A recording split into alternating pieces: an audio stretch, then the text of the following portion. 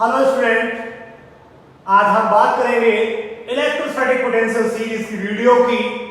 अब तक हमने 3 वीडियोस अपलोड कर दी हैं और चौथी वीडियो आज अपलोड करूंगा, जिसमें टॉपिक होगा इलेक्ट्रोस्टैटिक या इलेक्ट्रोस्टैटिक में इक्विपोटेंशियल सरफेस। टॉपिक होगा इक्विपोटेंशियल सरफेस। उम्मीद रहेगी, हमारी कोशिश भी रहेगी पूरी की पूरी आप तक बेस्ट कंटेंट पहुंचा सके, जिससे आपको कोई भी डाउट, कोई भी क्वेरी आपकी न रहे। फिर भी कोई भी क्वेरी होती है, कोई भी डाउट होता है, तो मुझे आप कमेंट बॉक्स में अपना नोट करा सकते हैं, लिख सकते हैं, जिससे कि आपको उसका सॉल्यूशन और आंसर मिल जाए। और आपका अपना चैनल है रुद्रा ऑनलाइन क्लासेस, जिन्होंने अब तक सब्सक्राइब नहीं किया वो सब्सक्राइब करेंगे और वीडियो को लाइक करेंगे, शेयर करेंगे और कमेंट करेंगे। ओके बेटा, हमारा जो टॉपिक है आज का इक्विपोटेंशियल सरफेस। जैसा नाम है, जैसा नेम है इसका, उसके नेम के अकॉर्डिंग ही पहले डिफाइन करता हूं, इसके बारे में बात करता हूं। इक्विपोटेंशियल सरफेस, तो इक्विपोटेंशियल को पहले 2 वर्ड में ब्रेक कर दूं बेटा, इक्वी और पोटेंशियल। इक्वी और पोटेंशियल बेटा, और एक थर्ड वर्ड है सरफेस के बारे में। ओके, ऐसा सरफेस जिस पर पोटेंशियल क्या रहता है, इक्वल रहता है या सेम रहता है, तो यहीं से आपकी डेफिनेशन बनती है।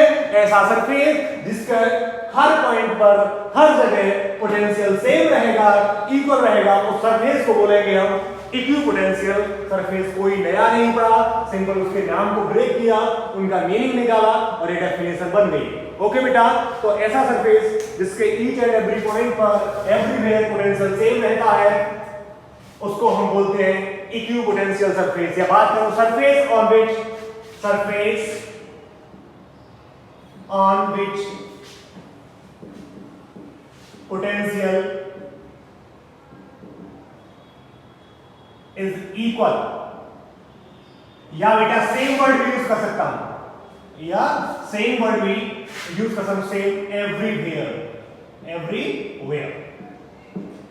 तो ऐसा सरफेस जिसके हर जगह पोटेंशियल क्या रहता है, सेम रहता है, उसको हम बोलते हैं इक्विपोटेंशियल सरफेस। ओके, अब कैसे समझेंगे इसको, कैसे हम समझेंगे बेटा? ये कोई मैंने होलो स्फीयर कंसीडर कर लिया, ये क्या कर लिया, एक होलो स्फीयर कंसीडर कर लिया, जिस पर क्या यूनिफॉर्मली चार्ज डिस्ट्रीब्यूटेड है। चार्ज क्या है, यूनिफॉर्मली डिस्ट्रीब्यूटेड है। अभी तक हमने फील्ड निकालना सीखा है किसी होलो स्फीयर की वजह से, पोटेंशियल निकालना सीखा है हमने। तो अब जब हम जैसे देखते हैं, ये तो इनसाइड हो गया, इसके आउटसाइड हो गया, और ये हो गई सरफेस। ओके बेटा, तो सरफेस पे जो पोटेंशियल का फॉर्मूला होता है वो KQ/R, या R रेडियस है तो KQ/R।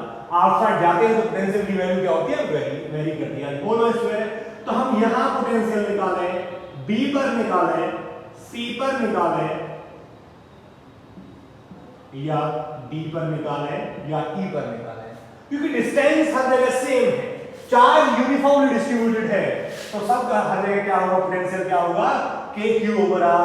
तो VA = VB = VC, VD और आपका V। क्योंकि बेटा फॉर्मूला क्या है पोटेंशियल का, K यहां आप समझे कोई डायरेक्ट कांस्टेंट, ये क्या है 4πε0। K आपका क्या है 4πε0 है। तो फॉर्मूला क्या है पोटेंशियल का बेटा, KQ/R।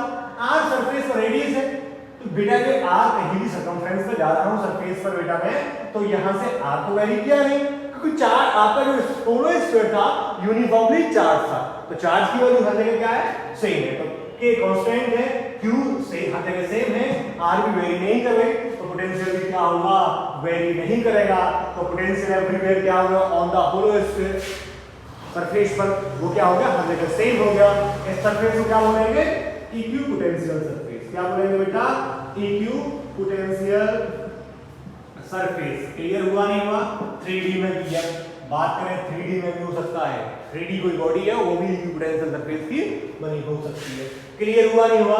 ये मैंने स्फेरिकल में लिया था, आप कोई सिलिंड्रिकल में भी ले सकते हो, जैसे कोई भी charge density, uniformly charge density, linear charge density मैंने कोई भी वायर ले लिया जो भी यूनिफॉर्मली चार्ज है बेटा, ओके, यूनिफॉर्मली चार्ज है। चार्ज के सराउंडिंग हमने एक सरफेस ड्रॉ किया, वो just like a cylinder surface draw हुई, तो surface charge density, linear charge density lambda होती है, और charge per unit length, charge per unit length is known as linear charge density. Okay बेटा, पर यूनिट लेंथ पे जो charge होता है वही होती है आपकी लीनियर चार्ज डेंसिटी। इस पर हर एवरीवेयर का ऑर्डर सेम है, और इसका ये पॉइंट R, पॉइंट पर ये पॉइंट P है, B है, A है, कहीं भी इधर भी बात करो, इधर भी बात करो, हर जगह, क्योंकि E इक्वल टू होता है, अब जो आपने पहले E की वैल्यू निकाली थी किसी यूनिफॉर्मली चार्ज जो इनफाइनाइट लेंथ थी वायर था, उसकी वजह से उसके near electric field intensity find out की थी, तो वहां भी एक फॉर्मूला आया था, तो जो लैम्डा और R ये जो बना था इनवर्सली प्रोपोर्शनल टू R, और ये तो लैम्डा फॉर्म में आ रहे थे, तो देख रहे होंगे R हर जगह सेम है, लैम्डा भी सेम है, तो इन जगह पोटेंशियल क्या होगा बेटा, सेम होगा, तो हम कह सकते हैं ये भी एक इक्विपोटेंशियल सरफेस है। क्लियर हुआ नहीं हुआ? तो ऐसा सरफेस इसके हर जगह पोटेंशियल सेम होता है, उसको हम बोलते हैं इक्विपोटेंशियल सरफेस। क्लियर हुआ नहीं हुआ? हो गया होगा। अब बेटा प्रॉपर्टीज के बारे में बात करते हैं। प्रॉपर्टीज एक्चुअली ये जो इक्विपोटेंशियल सरफेस है आपके लिए बोर्ड एग्जाम में शॉर्ट आंसर में, ऑब्जेक्टिव टाइप क्वेश्चंस में, दोनों में आने की प्रोबेबिलिटी बहुत ज्यादा होती है। ओके बेटा, प्रॉपर्टीज के बारे में बात करते हैं। फर्स्ट प्रॉपर्टी आपकी डेफिनेशन से ही बनती है बेटा, क्योंकि पोटेंशियल हर जगह सेम है, तो पोटेंशियल डिफरेंस क्या होगा, जीरो होगा। जैसे कोई सरफेस मैंने कंसीडर कर ली बेटा, पोटेंशियल यूनिफॉर्म है, सेम है, ए पॉइंट है, बी पॉइंट है, तो यहां पोटेंशियल ए होगा, ये बी होगा, तो क्योंकि तो हर जगह पोटेंशियल सेम है, तो VB माइनस VA क्या होगा बेटा, जीरो होगा। Delta V is equal to zero. तो potential difference on an equipotential surface is always equal to zero. किसी इक्विपोटेंशियल सरफेस पर पोटेंशियल डिफरेंस हमेशा जीरो होगा। ये पहली प्रॉपर्टी है जो कि डेफिनेशन से निकल के आती है। ओके बेटा, तो delta V is equal to zero. Second property बेटा, no work is done, no work is done, no work is done by electric force या electrostatic force, no work is done by electrostatic force in moving charge on equipotential surface, equipotential surface। बेटा किसी equipotential surface पर किसी चार्ज को move कराने के लिए कोई भी वर्क डन नहीं करना पड़ता है। No work is done by electrostatic force in moving charge on equipotential surface is, तो क्या होगा यहां से W की वैल्यू क्या हो जाएगी, W क्या हो जाएगा आपका, जीरो हो जाएगा। नो वर्क इज डन, ध्यान रखेंगे कि इक्विपोटेंशियल सरफेस पर किसी इलेक्ट्रोस्टैटिक फोर्स की वजह से किसी चार्ज को मूव कराने के लिए कोई भी वर्क नहीं करना पड़ता है। वर्क डन क्या होगा, जीरो होगा। वर्क डन क्या होगा बेटा आपका, जीरो होगा। कोई प्रॉब्लम है? अब इसको मैथमेटिकल तरीके से समझाता हूं जिससे कोई आपको दिक्कत नहीं होगी। क्योंकि जो W इलेक्ट्रोस्टैटिक फोर्स है, W जो इलेक्ट्रोस्टैटिक फोर्स है, इलेक्ट्रिक इज इक्वल टू होता minus W external agent. Force apply होता है उसके अपोजिट दूसरा फोर्स आएगा। जैसे इलेक्ट्रोस्टैटिक फोर्स की वजह से चार्ज पार्टिकल लगा, उतना ही एक्सटर्नल फोर्स होगा। ये तो एक तरीके से आपने पढ़ा होगा W internal is equal to W external, दोनों का अपोजिट क्या होता है, अपोजिट होते हैं। तो इसलिए हम कह सकते हैं जो इंटरनल होगा वो इलेक्ट्रिक की वजह से होगा और एक्सटर्नल होगा वो एक्सटर्नल एजेंट की वजह से होगा। तो बेटा यहां से वैसे भी बात करें, डेल्टा V इक्वल टू होता है delta W over Q not by definition. ये किससे है, बाय डेफिनेशन।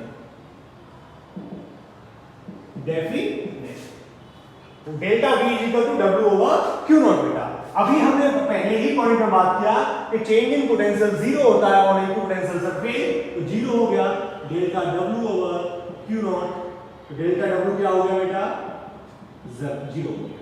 इक्विपोटेंशियल सरफेस पर किसी चार्ज को मूव कराने के लिए जो वर्क डन होता है वो क्या होता है, जीरो होता है। क्लियर हुआ या नहीं हुआ? ओके, कोई प्रॉब्लम हुई? तो ऐसे बेटा कोई दिक्कत नहीं होगी। जैसे मैं बात करूं, एग्जांपल ले लूं, ये कोई आपका यूनिट चार्ज रखा है, पॉजिटिव चार्ज रखा है, एक बेटा में ये कोई आपका सरफेस है सर्कल टाइप की, यहाँ एक electro charge test charge Q not ले लिया है, वो भी पॉजिटिव चार्ज है, तो क्या होगा, इलेक्ट्रोस्टैटिक फोर्स क्या होगा, पॉजिटिव पॉजिटिव है दोनों, तो ये क्या होगा, आउटवर्ड होगा। रिपल्सिव फोर्स होगा, ये मैं नेगेटिव के लिए लगा तो इनवर्ड होगा।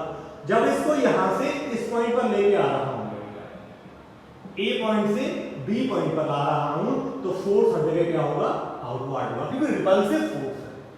यदि अपोजिट लेगा तो भी टुवर्ड सेंटर होगा, और डिस्प्लेसमेंट किधर आ रहा है, टेंजेंट के point.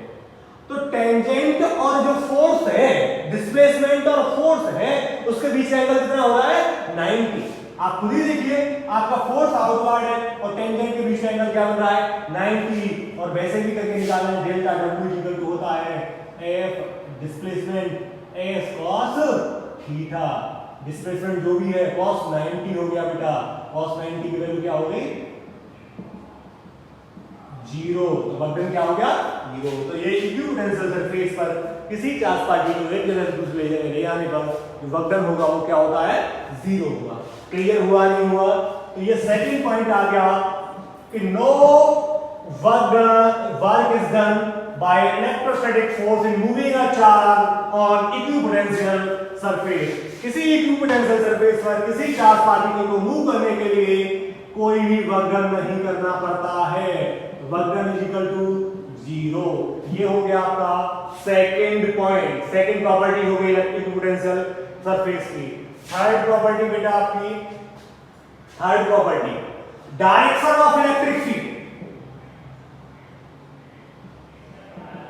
Direction of electric field is always perpendicular to the equipotential surface. Equipotential surface जो इलेक्ट्रिक फील्ड की डायरेक्शन होती है, जो इलेक्ट्रिक फील्ड की डायरेक्शन होती है वो इक्विपोटेंशियल सरफेस के परपेंडिकुलर होती है। अब ये हमने सेंटेंस पढ़ लिया, ये प्रॉपर्टी हो गई। इस बात आती है, अगला क्वेश्चन पूछ सकता है तथा क्यों होती है, इसको प्रूव करके बताइए कि जो इलेक्ट्रिक फील्ड की डायरेक्शन होती है वो पोटेंशियल सरफेस, जो इक्विपोटेंशियल सरफेस के परपेंडिकुलर क्यों होती है। तो बेटा नाउ हमको पता है बेटा dV equal to minus E dot dr। dV equal to क्या होता है, E डॉट dr माइनस का पोटेंशियल ग्रेडियंट वाली फील्ड से। ठीक है बेटा, तो क्योंकि dV क्या है, change in potential, equipotential surface पर चेंज इन पोटेंशियल की वैल्यू क्या होती है, जीरो होती है। तो यहां जीरो रखेंगे, माइनस ई डॉट dr। और आपको 11th क्लास में डॉट प्रोडक्ट पढ़े होंगे, a dot b is equal to ab cos theta. तो e dot dr is equal to क्या हो गया बेटा, e dr cos theta is equal to zero. e और dr जीरो नहीं होंगे, और cos theta is equal to zero. और cos में जीरो किसकी वैल्यू होती है बेटा, 90 की। थीटा किसकी होती है बेटा, 90 की। इसका मतलब क्या हुआ, एंगल क्या आ गया e और dr के बीच में 90। तो हम कह सकते हैं E परपेंडिकुलर टू dr। तो इलेक्ट्रिक जो डायरेक्शन ऑफ इलेक्ट्रिक फील्ड है वो इक्विपोटेंशियल सरफेस पे क्या होती है बेटा, परपेंडिकुलर होती है। Is that clear? ये मैंने एक इसका वो प्रॉपर्टीज थी उसको प्रूव किया, रीजन दिया क्यों परपेंडिकुलर होती है। थर्ड क्या हो गई, जो डायरेक्शन ऑफ E है इक्विपोटेंशियल सरफेस पे क्या होती है बेटा, परपेंडिकुलर होती है। E perpendicular to dr। Clear हुआ नहीं हुआ? पहला था पोटेंशियल डिफरेंस जीरो, दूसरा था वर्क डन जीरो, तीसरा था E परपेंडिकुलर टू dr। जो इलेक्ट्रिक फील्ड की डायरेक्शन होती है वो क्या होती है बेटा, जो इक्विपोटेंशियल सरफेस की डायरेक्शन के अपोजिट एक तरीके से क्या होगी, परपेंडिकुलर होती है। ठीक है बेटा, कोई प्रॉब्लम है? पहला बार बार कर रहा हूं, इंपोर्टेंट है। थर्ड है नेक्स्ट प्रॉपर्टी है draw an equipotential surface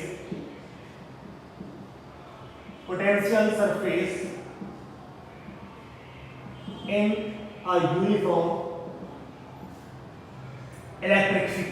a uniform electric field okay बेटा, किसी यूनिफॉर्म इलेक्ट्रिक फील्ड में एज इक्विपोटेंशियल सरफेस को ड्रॉ करूं एज शोन इन फिगर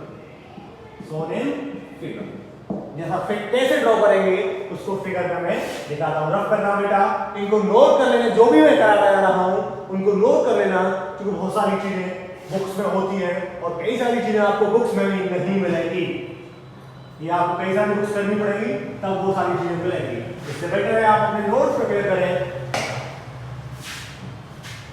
बेटा ये मैंने कोई एक इलेक्ट्रिक फील्ड कंसीडर कर लिया जो कि यूनिफॉर्म है। ओके बेटा, तो मैं कैसे इनको इक्विपोटेंशियल सरफेस को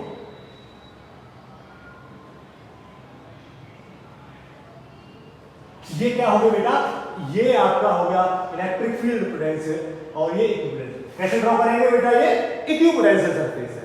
अब बात आती है सर, अभी मैंने इससे पहले एक टॉपिक कराया था कि जो इलेक्ट्रिक फील्ड इंटेंसिटी है, इलेक्ट्रिक फील्ड है और इक्विपोटेंशियल सरफेस एक दूसरे के परपेंडिकुलर होती है। मैथमेटिकल तरीके से मैंने उसको प्रूव भी किया पोटेंशियल ग्रेडियंट वाली फिगर से dV = -E dot dr पे। ओके बेटा, अब बात आती है इसमें कैसे होगा। ठीक है बेटा, इसमें कैसे होगा, सपोज करिए ये इलेक्ट्रिक फील्ड है, ये क्या है, जो इलेक्ट्रिक फील्ड लाइंस है जो ड्रॉ कर रहा हूं बेटा वो ये है। जो इक्विपोटेंशियल सरफेस कैसे है बेटा, जो इसमें है वो इस सिचुएशन में, वो किसमें बेटा, इस सिचुएशन में। तो हो गई होगा परपेंडिकुलर। आपका फील्ड ऐसे है, पोटेंशियल इक्विपोटेंशियल सरफेस ऐसे हैं, दोनों एक दूसरे क्या हो रहे हैं, परपेंडिकुलर हो रहे हैं। क्लियर हुआ नहीं हुआ, ये जो इक्विपोटेंशियल सरफेस को मैंने आपके सामने ड्रॉ किया। ओके, नेक्स्ट पॉइंट है बेटा, लास्ट पॉइंट करा रहा हूं इक्विपोटेंशियल सरफेस का। 5 पॉइंट है, no equipotential surface can intersect to each other. जब दो या दो से अधिक इक्विपोटेंशियल सरफेस है आपस में इंटरसेक्ट नहीं करती। No two equipotential surface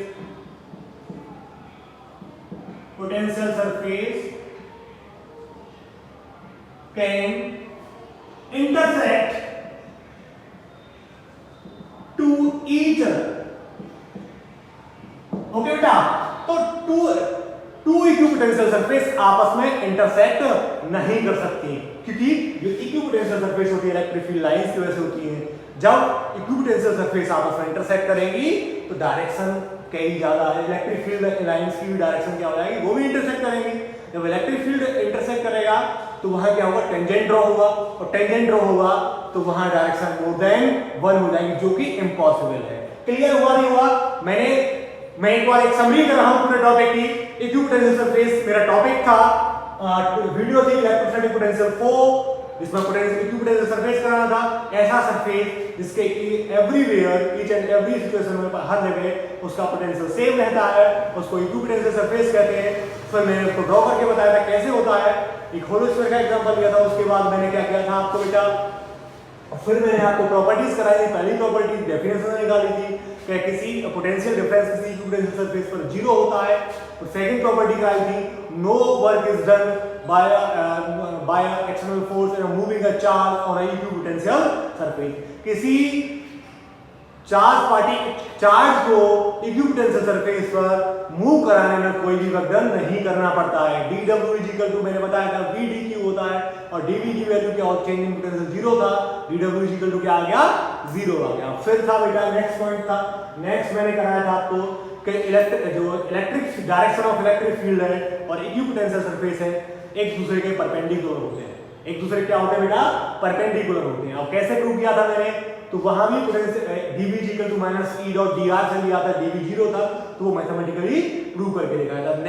next इसको कैसे ड्रॉ करते हैं इक्विपोटेंशियल सरफेस को, तो मैंने ये दिखाया और यहां भी परपेंडिकुलर कर रहा था। फिर नेक्स्ट बताया इन दो इक्विपोटेंशियल सरफेस आपस में इंटरसेक्ट नहीं करती हैं, करती तो टेंजेंट ड्रॉ होते और डायरेक्शन मोर देन 1 होती। थैंक यू वेरी मच बेटा, ये मैंने एक आपको इक्विपोटेंशियल सरफेस का टॉपिक क्लियर किया।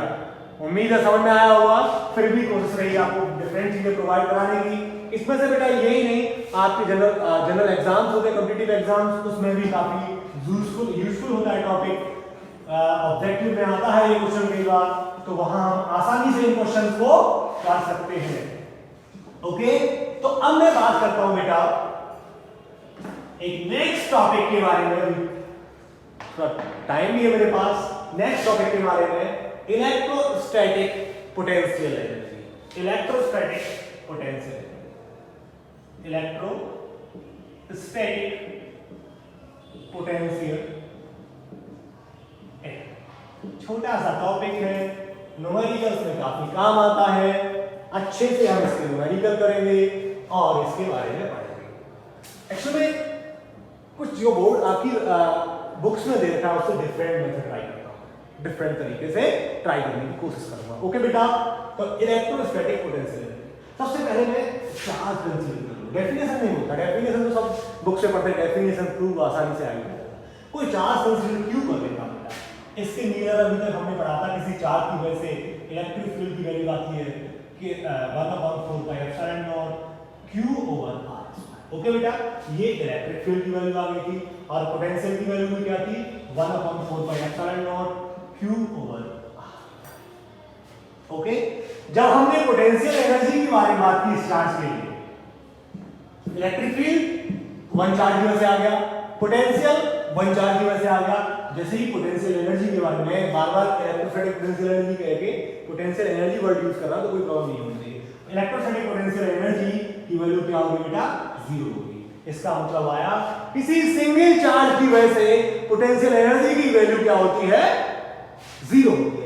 सिंगल चार्ज की वजह से इलेक्ट्रोस्टैटिक पोटेंशियल एनर्जी क्या होती है बेटा? 0 होती है। क्या होती है बेटा? 0 होती है, क्योंकि जो सिंगल चार्ज की वजह से क्या होगी? इलेक्ट्रिक फील्ड होगा आपका, इलेक्ट्रिक पोटेंशियल होगा, पर पोटेंशियल एनर्जी क्या होगी? सिंगल चार्ज की वजह से 0 होती है। क्लियर हो गया बेटा? सिंगल चार्ज की potential energy, the potential energy of single charge is 0, क्योंकि जो पोटेंशियल एनर्जी होती है वो होती है, पोटेंशियल एनर्जी होती है of a system of charge, system of charge. जब भी पोटेंशियल एनर्जी के बारे में बात करेंगे वहां 2 और मोर देन 2 चार्ज होना जरूरी है। क्योंकि सिंगल चार्ज की पोटेंशियल एनर्जी क्या होती है? 0 होती है। क्योंकि जब इंटरेक्शन ही नहीं होगा तो कैसे पोटेंशियल एनर्जी आएगी निकल के? किसकी होती है बेटा? सिस्टम ऑफ चार्ज की होती है potential energy.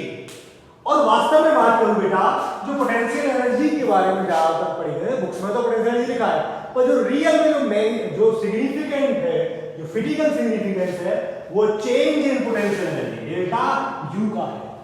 Potential energy word है बुक्स में, पर जो मेन जो फिजिकल सिग्निफिकेंस है, ऐसे ही जैसे हम पढ़ते आ रहे हैं, क्योंकि जैसे पोटेंशियल का था, पोटेंशियल डिफरेंस का जो मसला था, पोटेंशियल पढ़ लेते हैं, पर जो मेन वर्क होता है वो किसका होता है? पोटेंशियल डिफरेंस का होता है।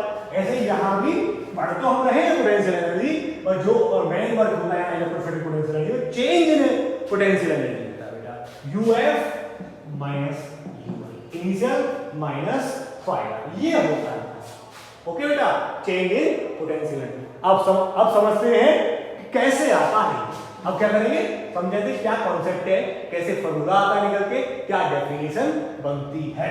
ओके बेटा, पहले दो चार्ज ले लें, फाइनल है, इनिशियल है, Q1 चार्ज लिया, एक Q2 चार्ज दूर दूर रखें। जब इनको पास लेकर आऊं तो ये सिचुएशन होगी Q1। अब हो सकता है चार्ज लाइक होंगे, हो सकता है चार्ज अनलाइक होंगे। क्लियर हुआ नहीं हुआ? या तो चार्ज लाइक होंगे या अनलाइक चार्ज होंगे, या दोनों का चार्ज सेम होगा या जब चार्ज सेम होगा और हम क्या कर रहे हैं? पास ला रहे हैं, क्योंकि जब चार्ज की जो प्रॉपर्टी होती है कि like charges are repel to each other and unlike charges are attract to each other. जो सेम चार्ज होंगे वो एक दूसरे को रिपेल करते हैं, रिपल्सिव फोर्स लगता है उनके बीच में, जो अपोजिट चार्ज होंगे उनके बीच में अट्रैक्शन फोर्स लगता है। अब क्योंकि या तो लाइक मान लो या अनलाइक मान लो, यदि लाइक है और लाइट को हम पास लेकर आ रहे हैं, तो इनके बीच में पहले से ये क्या कर रहा है, रिपल्सिव फोर्स काम कर रहा है। तो हमें कितना कम जो एक फोर्स अप्लाई करना पड़ेगा, एक बार एक्सटर्नल वर्क करना पड़ेगा कि जो उस रिपल्सिव फोर्स से भी आगे हो, उसको भी, उसके इफेक्ट को भी कम करे पास लाने के लिए।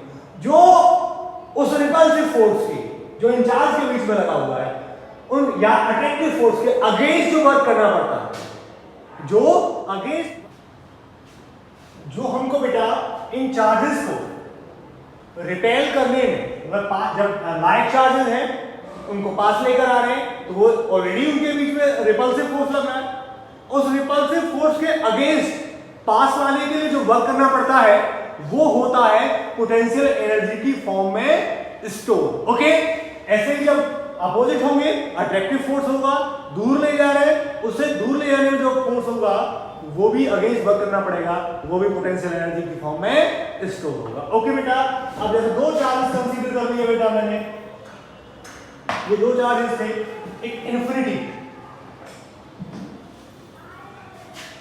इन्फिनिटी से कोई एक चार्ज लेकर आए, और वो चार्ज लेकर आए मैं Q1 को एक बार रख दिया। ओके बेटा, Q1 को क्या कर दिया, पहले चार्ज, जैसे यहां पोटेंशियल एनर्जी कितनी होती है, इन्फिनिटी पर 0। ओके बेटा, होती नहीं होती, इन्फिनिटी में चुकी। अब जब पहले चार्ज को मिलाने में, पहले चार्ज को यहां तक लाने में क्या करना पड़ा, क्योंकि जब भी लेकर आए तो पोटेंशियल एनर्जी सिंगल चार्ज के लिए क्या होती है, 0 होती है। अब ये एक एनोडर चार्ज इन्फिनिटी से लेकर आ रहे हैं। अब सिस्टम ऑफ चार्ज हो रहा है, देखिए, या तो दोनों को एक साथ लाइए या अलग अलग लाइए, पहले के लिए 0 होगा, जब लेकर आए और बी पर रखा, Q2 बी पर, तो इनके बीच में यदि लाइट होंगे रिपल्सिव फोर्स होगा, सॉरी लाइट होंगे रिपल्सिव होगा, और अनलाइट होंगे तो अट्रैक्टिव फोर्स होगा। जो लाइट और अनलाइट की वजह से जो उसके अगेंस्ट वर्क करना पड़ा इन दोनों को, तो वो हो गया पोटेंशियल एनर्जी की फॉर्म में स्टोर। तो मैंने बताया था बेटा यू इनिशियल क्या था, 0, क्या था बेटा 0, तो ये क्या होगा UF माइनस 0। क्यों, पहले के लिए वक्रम पहले के लिए जो पोटेंशियल एनर्जी थी क्या थी बेटा, वो 0 थी। पहले के लिए क्या थी पोटेंशियल एनर्जी, 0 थी, और फाइनल उसके लिए जो सेकंड वाला लेकर आए हम, तब वक्त उसके अगेंस्ट करना पड़ा, क्योंकि जहां चार्ज पहले मौजूद था उसका भी जो इफेक्ट होगा, उसकी भी फील्ड लाइंस होंगी, उसके अगेंस्ट जब वर्क किया हमने तो वो पोटेंशियल एनर्जी की फॉर्म में आया। तो केवल फाइनल हुआ आया। और वैसे भी बेटा चेंज इन काइनेटिक एनर्जी और पोटेंशियल एनर्जी के बारे में बात करते हैं, वर्क एनर्जी फिर आपने पढ़ी होगी, चेंज इन वर्क एनर्जी, जो change in kinetic energy is equal to work done, potential energy के इक्वल होती है।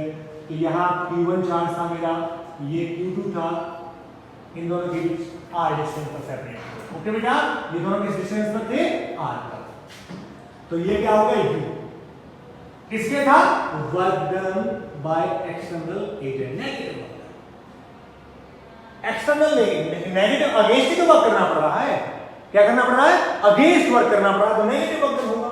बट मैंने जब भी मैंने ट्यूब सरफेस कराया, हम प्रीवियस क्लास में पढ़ते आ रहे हैं, ये जो वर्क डन है जो एक्सटर्नल एजेंट की वजह से है, वो वर्क डन पॉजिटिव हो जाएगा बाय इलेक्ट्रिक या इंटरनल फोर्स। ओके बेटा, इसके इक्वल हो जाएगा इंटरनल फोर्स के, U is equal to W electric.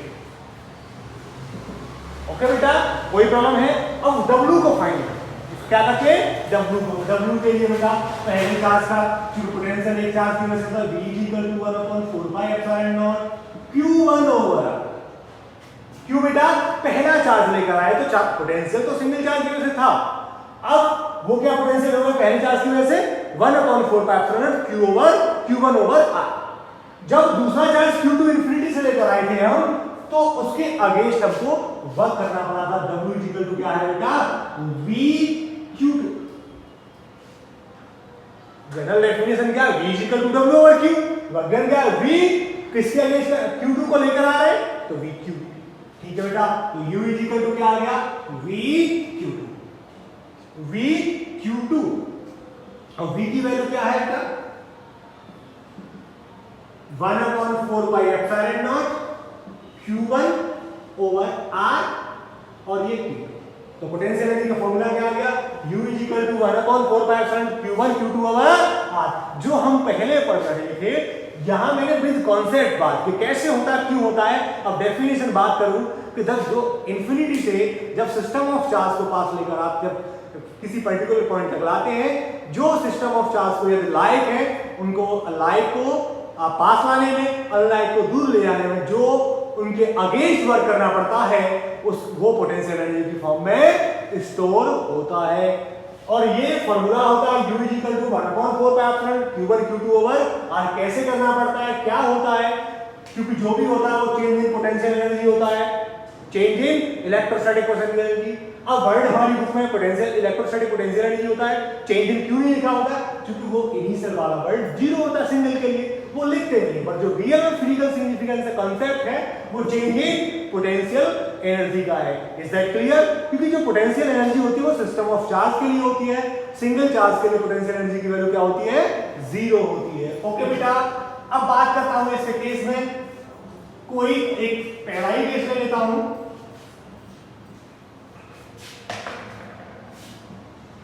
Case first, कोई भी charge particle Q1 charge, Q2 Q3, कोई नेगेटिव कोई पॉजिटिव ले लीजिए, कोई फर्क पड़ने वाला नहीं। ये ट्रायंगल ले लिया, क्वाड्रिलेटरल ले लीजिए, पेंटागन ले लीजिए, हेक्सागन, जो मन करे आपका वो ले लीजिएगा, इनके बीच की R1 R2 R। ओके बेटा, तो मैंने बात की थी सिंगल चार्ज की वजह से पोटेंशियल एनर्जी नहीं होती, सिस्टम ऑफ चार्ज की वजह से होती है। तो यहां सिस्टम बनाइए बेटा, तो एक सिस्टम तो आपका बेटा ये बनेगा, इसका Q1 और Q2 का, दूसरा Q1 और Q3 का, और एक Q2 और 3 सिस्टम पॉसिबल है, 3 आंसर। तो यहां से जो पोटेंशियल एनर्जी होगी बेटा वो 1/4 Q1 Q2 R1 plus 1/4 Q2 Q3 R2 plus 1/4 Q3 Q1 R। Okay, system of charge के बारे में बात कर रहा हूं बेटा, कॉमन क्या आ रहा है, 1/4 Q1 Q2 R1 plus Q2 Q3 R2 plus Q3 Q1 R3। ये हम ये किसी ट्रायंगुलर शेप के ट्रायंगल के कॉर्नर पर जब चार्ज पार्टिकल रखे गए, उनकी डिस्टेंस दी गई है, न्यूमेरिकल आपको मिल जाएगा ऐसा आसानी से कि उनके वहां वैल्यू होंगी 1 microcoulomb, 2 microcoulomb, 3 microcoulomb, 1 centimetre, 2 centimetre, 3 centimetre, value put करना है, आपको आसानी से आंसर मिल जाएगा, जिसमें कोई भी आपको प्रॉब्लम नहीं होगी। Thank you very much. कोई भी डाउट हो, कोई भी प्रॉब्लम हो, कोई भी क्वेरी कमेंट बॉक्स में नीचे लिखेंगे, मैं उसका सॉल्यूशन नेक्स्ट वीडियो में आप या फिर आपको जनरली उसी कमेंट बॉक्स में दे दूंगा। Okay, thank you very much.